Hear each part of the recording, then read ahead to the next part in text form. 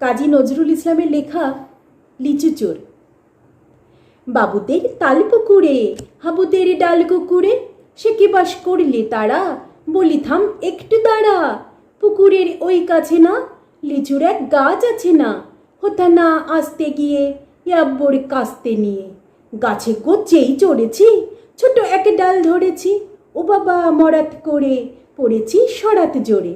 পড়বি পর মালির ঘাড়ে, সে ছিল গাছের আড়ে। বেটা ভাই বড় নচ্ছার, দুমাদুম গোটা দুচ্চার, দিলে খুব কিল ঘুষি, একদম জোরসে ঠুসি। আমিও বাগিয়ে থাপড়, দে হাওয়া চাগিয়ে কাপড়। লাফিয়ে ডিংনু দেয়াল, দেখি এক ভিটরে শেয়াল। ও বাবা শেয়াল কোথা, ভোলাটা দাঁড়িয়ে হোথা।